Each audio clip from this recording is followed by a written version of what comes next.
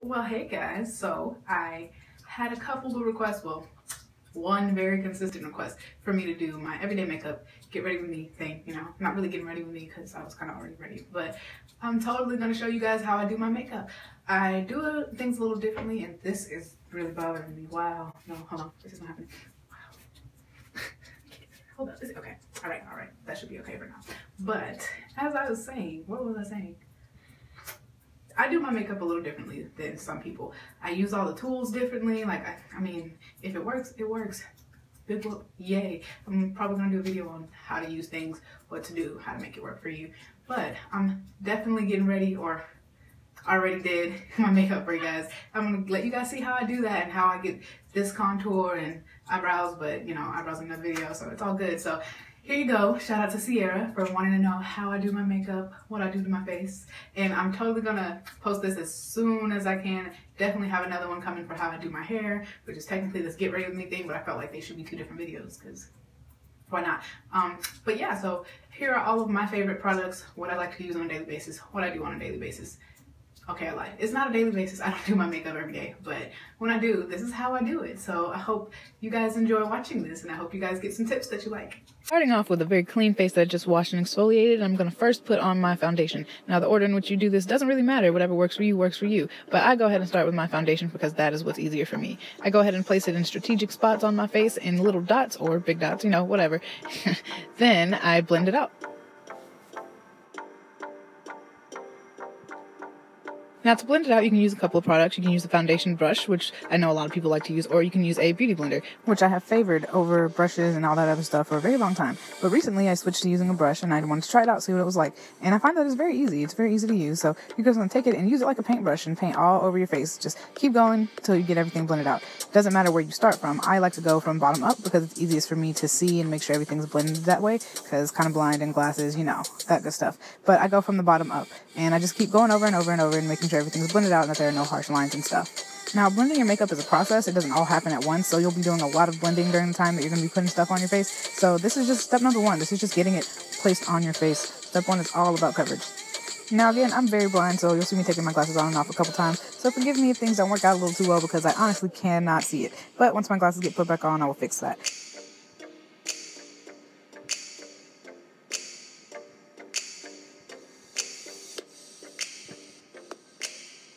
Hooray for vision. So this spot right here tends to be a trouble area for most people, blending things on your forehead because foreheads tend to be drier and thicker than most other parts of the body. But if you start with a nice clean canvas like I did in the first place with the clean exfoliated skin, it should go on very smoothly and glide and blend very evenly with the rest of your skin.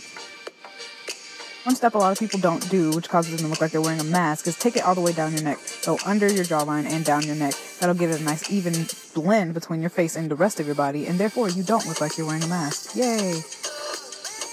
Next, I'm going to begin the highlighting and contouring process. I'm going to use some concealer. Whatever kind of concealer you have will work. It doesn't have to be MAC because, products are products. They all do the same thing pretty much. In essence, some just last longer than others and look a little better than others. But I'm going to take it and put it in every place that would be highlighted, which would be my chin, my cupid's bow, under my eyes, which most people have a problem with because under eyes tend to get a little dark because, lack of sleep and life. Then I'm going to go on my forehead and down to the bridge of my nose. Then I'm going to take a little bit of a damp beauty blender, just a little bit. Don't soak it. That would be bad. Just get a little damp and tap everything away. When you're blending out things like highlighter, you don't have to worry too much about the center of where you place the product. Just the edges are all that matter so that everything blends out evenly across your face. The best way to achieve this is to tap instead of swiping or rubbing down your face. The only time I would suggest you rub anything down your face is when you're doing it across your nose, because sometimes it's hard to get things to blend on small areas of your face. So if you do have a very thin nose, you can swipe it down your nose. Other than that, tap away.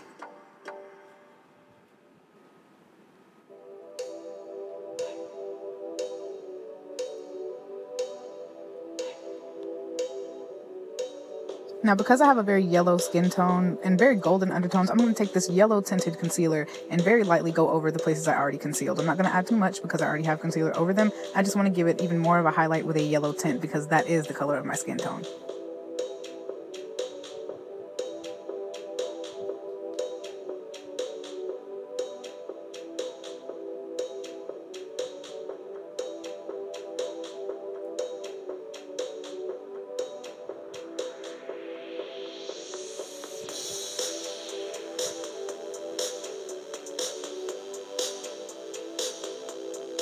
And now for the contouring. I'm going to take this other concealer that is very dark, rather dark. I'd say maybe it's about 4 to 5 times darker than my skin tone. And I'm going to take it down the center of where you usually see people contouring. I don't take it all the way down to the corner of my mouth, nor do I drag it all the way up to my ears. I do leave this gap because it gives my face a more hollow appearance, making it look more natural of a contour rather than it just being a line across my face. Then I'm going to contour in the hollows of my head where my skull would be thicker at. That's a funny analogy. And down my jawline. Now I'm just going to take it and blend it out. Tap away.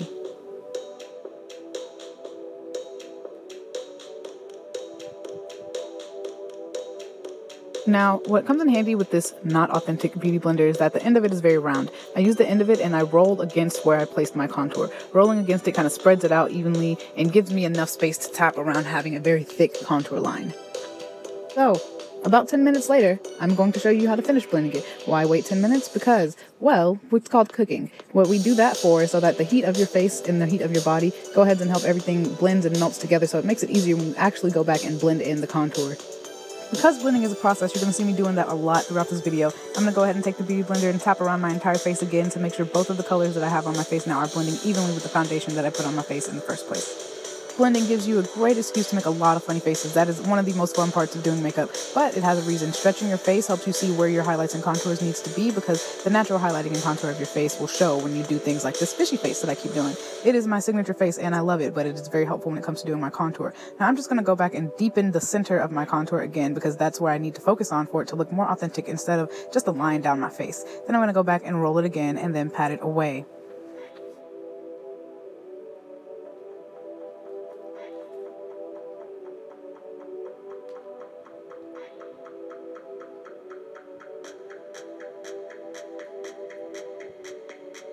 Now I'm going to go over my contour with this brown contouring powder from some palette, which I don't know what it is. But again, products don't really matter. They all kind of do the same thing. You can even use eyeshadow for this if you like. But I'm going to take a small brush and I'm going to go over everywhere that I have placed contour before. When using liquid products, powder is your best friend. Go over everything you do with powder and it will stick a lot longer, especially for people who don't like to use primer on their faces because their skin is very sensitive, kind of like myself. So I'm going to go over and blend everything out as much as I can with this fluffy brush. I don't really know what all the names of the brushes are, but you know, this one's pretty fluffy and it works pretty well, so we're going to go with that.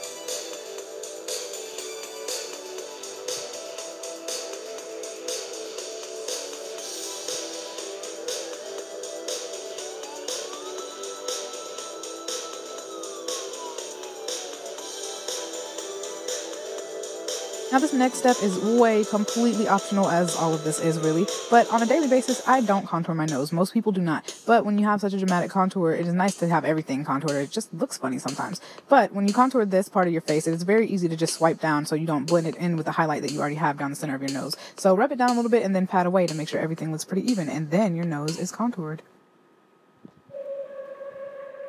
So this is where it all kind of starts to come together. I'm going to start putting on my blush now. I'm going to take a smaller, fluffier brush, and I'm going to swipe right on top of where I put my contour. I'm not going to go in circles. I'm going to go down a line, down the line that is already on my face as my contour.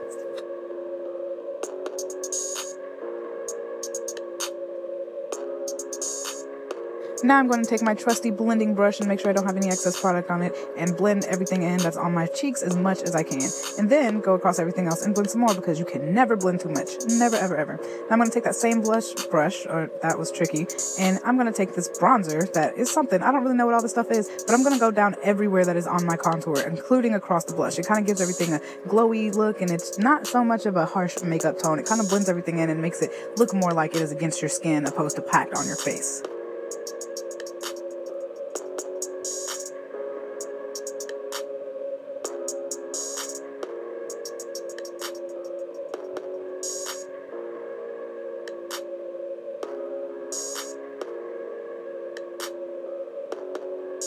So now I'm going to do my eyebrows. I'm going to speed this up a little bit more than this video is already sped up, just because that takes a long time. This is the longest process that I have to do when it comes to doing my makeup. Doing my eyebrows are so much of a hassle, but I love it, you know, can't stay away from it. It's very meticulous because I'm a perfectionist, and as I'm sure most of you are who are watching this video. But I already have a video up of how I do my eyebrows, so if you'd like to see it in detail, then go ahead and click that link that is somewhere in the description bar.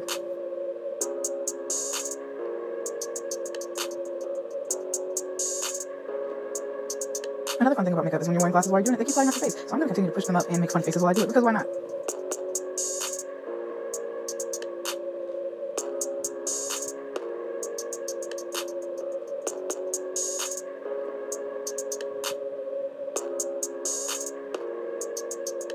So here's where a little more creativity comes in. Eyeliner is so fun for the very same reason that it can be so tricky. There's so many different ways to do it. There's so many eye shapes and so many ways to do eyeliner that match those different eye shapes. And I tend to stick to the same one all the time because it's easiest for me to do and it matches my eye shape the most, so I can trust it. It's very reliable. But you can do this however you want. I usually do a pretty simple short winged eyeliner that I don't pull all the way through to my inner eye. I do that because my eyes are already small as it is, and I don't like to close my eyes off because it makes my eyes look even smaller.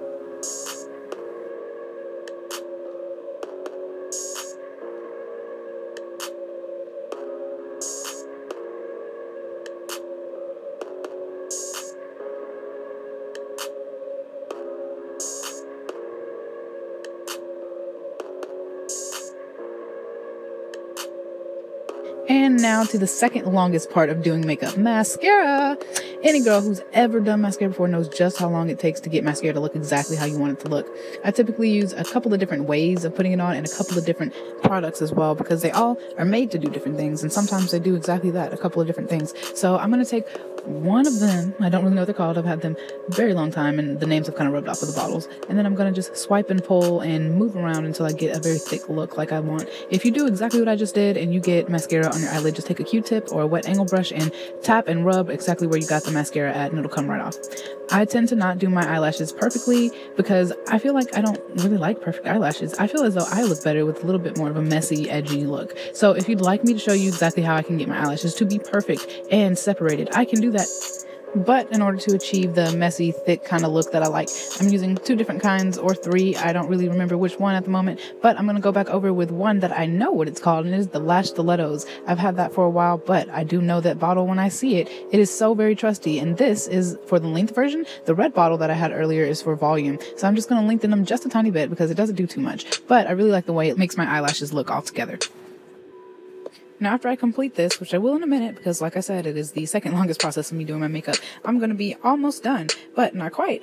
I'm going to go ahead and fluff out my hair and try to pull everything together before it's done, and I'm like, whoa, things aren't pulled together. I'm going to make it match my face just because, you know, your face is the center of attention, so why not make it match everything? So I'm going to go ahead and do that.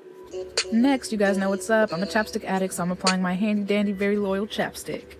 After I generously apply my chapstick, I'm going to use one of my favorite lipsticks ever, and it's called Teddy Bear. That is such a cute name, and it really fits the way it looks as well. And I'm going to tap that on. A lot of people tap it on when it's just very dark colors, and that's very useful when you're using a dark color, but because this is so light, I swipe in some places and tap in others. I swipe to get a very defined look around the edges of my lips, and I tap in the center to get a very soft look for the middle of my lips.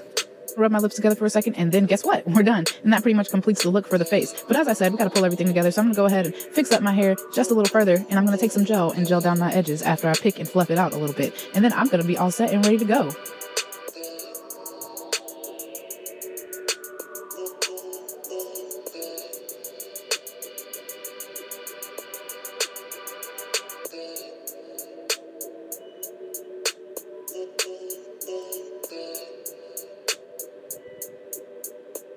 And that, my friends, is my everyday makeup look. That's how I get ready. This is what I do. This is you getting ready with me. And here it is. This is what everything looks like when it's complete head to toe. Hope you guys enjoyed watching this. And in just a second, I'll show you exactly what it looks like just a little better because I definitely forgot to turn the flash on when I recorded this video. Hope you guys enjoyed. Thanks for watching.